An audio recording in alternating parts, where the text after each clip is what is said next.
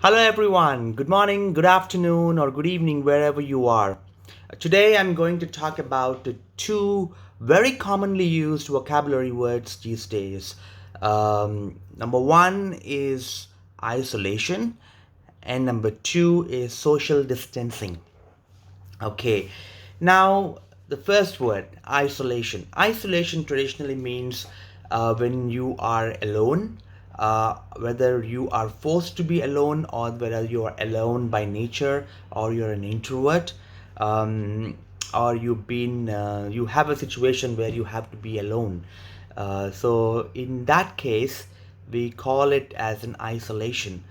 um, for example, you can say, unlike today's scenario where many people are practicing self-isolations because of the coronavirus, where people are trying to be at home at most of the times unless they need some groceries from outside. So they are doing a self isolation so that it can help themselves, their loved ones, and also the community, by in a way that you keep yourself at home, and deliberately not going out.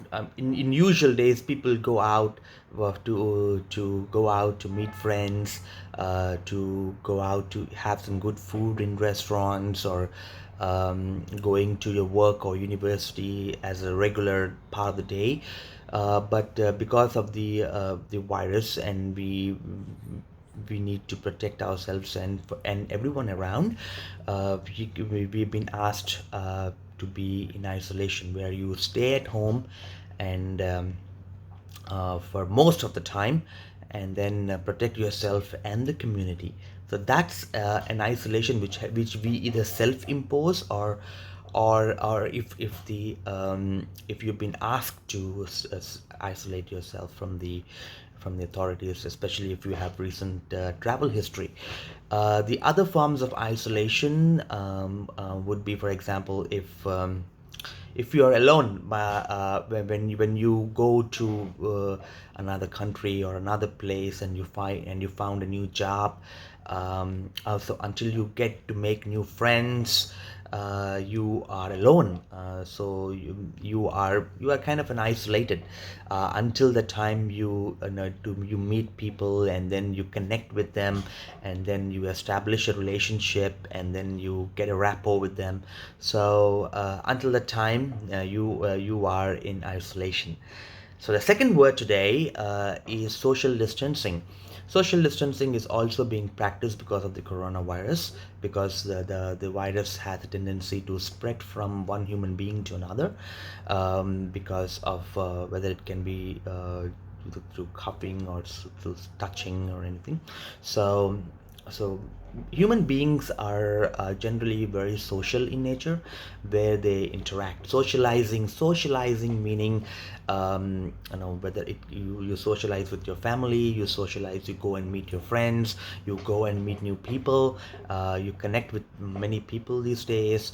So there are two forms of socializing. The traditional socializing is the one before the internet, where you go and meet people. You meet people in your college, in your workplace.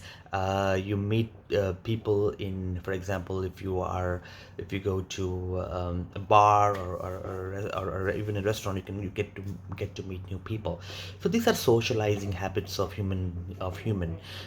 There's also another kind of socializing which is broadly through the internet these days, which is called social networking, where you have virtual friends or real friends who are on social network, where you connect using social media platforms like Facebook, Twitter, or Instagram.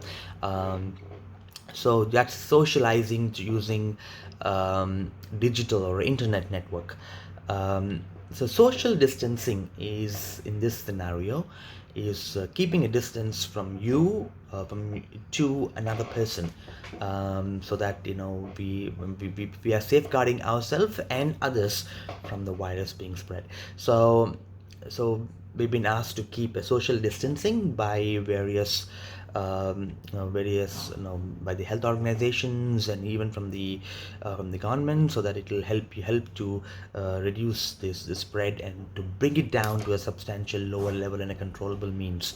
So that's social distancing, keeping a physical distance apart, at least they say for 2 meters or even 3 meters of distance, between you and your fellow human being. It could be your friend, it could be even a stranger when you're walking on the street. So let me know your comments about these two important vocabulary words.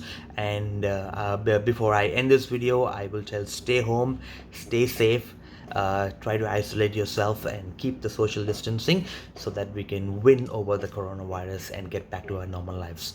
Thank you and have a great day. Bye bye.